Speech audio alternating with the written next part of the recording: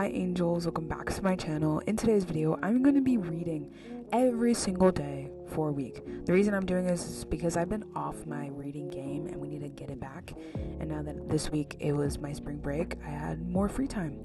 So make sure you subscribe and hit the bell so you never miss another one of my videos. And let's just get into all the books I read this week and how many pages I also read each day.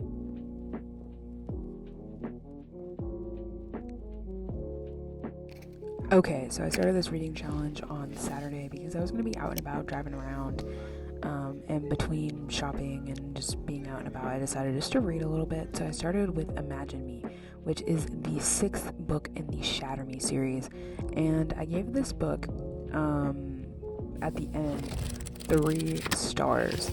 This whole series, the first book, Shatter Me, I gave 4 stars, then the second book, Unravel Me, I gave 3, and then Ignite Me 4, Restore Me 5, Defy Me 5, and then this book I gave 3 stars.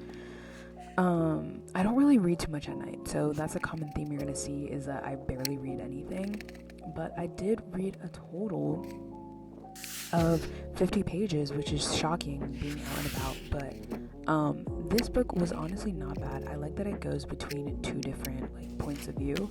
Sunday, I'm still reading this book. I ended up finishing it, and that's when I gave it 3 stars, because it was a lot of, I feel like, repetitive stuff that happens in the series overall that I felt like I didn't really need to read about again.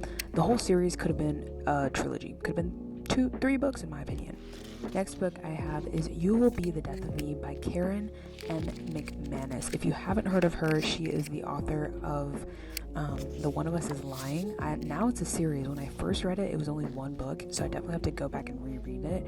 I love her writing. She is a YA, thriller author, and I just think her books are super easy to get into, super fast to get through. That's why I kind of wanted to read it, because I needed to get back into the reading groove. I felt like I just needed a good book that's gonna be fast paced and can get into immediately.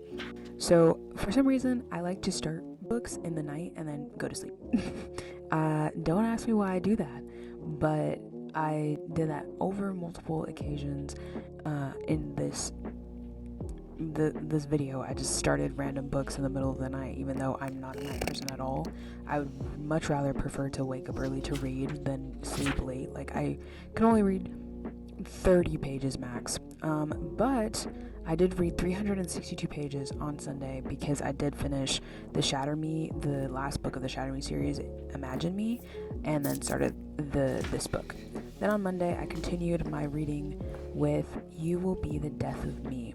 Let's talk about this book a little bit. I did end up finishing this book on Monday, and I gave it 3 stars because, first off, I feel like it was shocking at the end, but I feel like it wasn't crazy. Not a lot happened. I just feel like it was very predictable. I don't know. It was just underwhelming as a book. I give it 3 stars. I could have given it 2. I might have given it 2. I kind of forgot how much I rated it, but I love Karen's writing. I love her as an author, but I just felt like this book was not. It was a very predictable ending. It wasn't very plot twist. I don't know. I just wasn't very shocked, and I feel like maybe if you're not really into the thriller type books, this would be really shocking for you, but for me personally, it was not. So I'm not saying it's a bad book. I just would never recommend it to anybody because I could barely remember the book. I read another one of her books and gave it 4 stars, and I just don't remember it. So is it a 4-star book? Probably not. But yes, I feel like that's what's happening with this book. I remember the people in the book and the overall message of the book. I just cannot remember the meat of it, if that makes sense, the middle of it. I just remember the ending, and that's kind of it. So I don't know if I would ever read this book again, and that's why I give it 3 stars. But I do think you should read the One of Us is Lying book because it's so good. But yeah, I finished this book, and it was, again, mediocre. It was okay. but I would definitely read another book of hers, and I would definitely go back and read the One of Us is Lying series, because I think she's a good author. It's just, this book just felt meh. Now, let's talk about Natasha Preston's The Haunting. I gave this book 5 stars. I'm not even going to wait until we get to the footage of me reading it. I started it at night, and literally the first 12 pages, there's a dead body. If you've never read anything Natasha Preston, you're missing out. Here are how her books work. They're good if she has a dead body within the first 10 pages. I'm going to be honest. That's how it works. It's bad if it's not like that. I'm going to be honest. She has some not good books. But in total, on, Monday, I read 288 pages, which is not bad considering that I finished the other book. Then, starting Tuesday, I'm still reading The Haunting. I have no words for Natasha Preston. I love her so much. She has some books that are not good. Like, I've given 3 stars because she wants to go for more of an eerie feeling, like more of a creepy vibe than a thriller.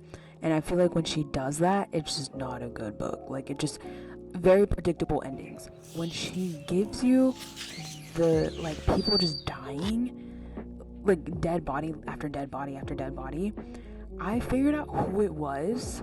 I had a suspicion. I'm like, how much you want to bet it's this person? But I never predicted that it would actually be that person, which is kind of funny considering that I figured it out. Gave this book 5 stars. It's so fast paced. I didn't know the reasoning behind the motive of the people, and overall I read 330 pages because I finished the book. So it's an amazing book. I highly recommend Natasha Preston. I cannot say any more amazing stuff from her. Please read that book, The Haunting. It is her newest release, which I forgot to mention. Then after that, I picked up The House Across the Lake. I knew it was going to be a good book when it had a Taylor Swift quote. He thinks he did it. She thinks he did it, but she just can't prove it. I was like, oh, hell no. This is going to be a good book. Now, did I finish this book in this video? No. Let me tell you why. Wednesday, going down the rest of this week, I barely read anything because I just had a lot of stuff. Wednesday, I was out and about doing things. Thursday, I had worked, and then I was doing stuff, and then Friday I had things in the middle of the day, meetings to go to, so I just did not read. There was a really, really big decline, but this is giving me the 5-star feeling that I get. I feel like I'm also reading this book, House Across the Lake by Riley Sager. It is so hyped up everywhere. People love it. But I feel like when I'm reading it, I have to take in every single detail because I feel like it's going to come back to haunt me. Those books where you feel like you have to know everything because it's the foreshadowing of something that will happen later in the book. That's how I feel.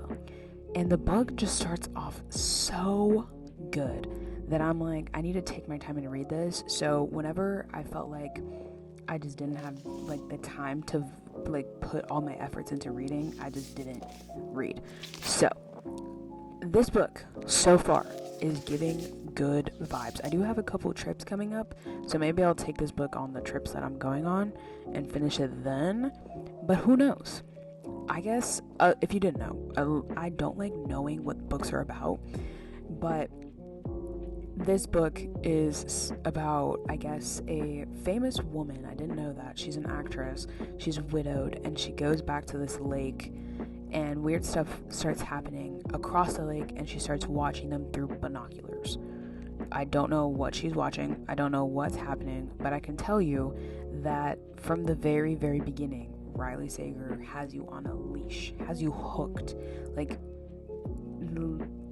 The first chapter, I like that it goes between the before and the now. So you see what is happening before weird stuff starts happening, and then what's happening now. And she's in a police station. I'm like, he knows what he's doing. He really does. And I still did not read as much as I would want to read, but I do have a good feeling about this book, and I think I'm understanding why it's so hyped up.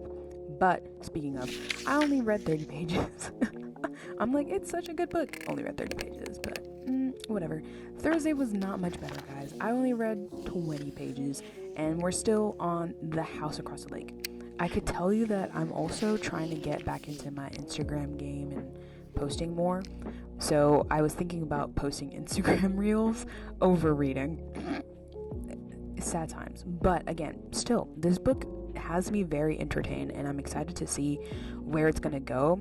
But I just have not finished it, which is odd for me, because if I really like a book, I'll just sit down and read it. But again, I feel like life gets in the way, so whatever. But overall, we had a pretty good week if we were to go back in time. And I started off with a 3-star book, then I went to another 3-star book. It could be a 2-star, I don't remember what I rated it, and then a 5-star, and then now we're at Riley Sager's House Across the Lake, which I'm getting the 5-star feeling, even though I only read 20 pages on this day. So embarrassing. I feel like it also shows, like, reality is, like, you don't have time to always be reading. And then Friday, I read 5 pages. But I did read 5 pages on Friday, but there was a total of the whole week of 1,085 pages, which I'm super proud of. Never thought I would do that. But anyways, that's the end of this video. Thank you so much for watching. Make sure to subscribe and hit the bell so you never miss another one of my videos. And stay tuned until next Sunday's video, because I promise you guys it will be an amazing one. Bye guys. Thanks for watching.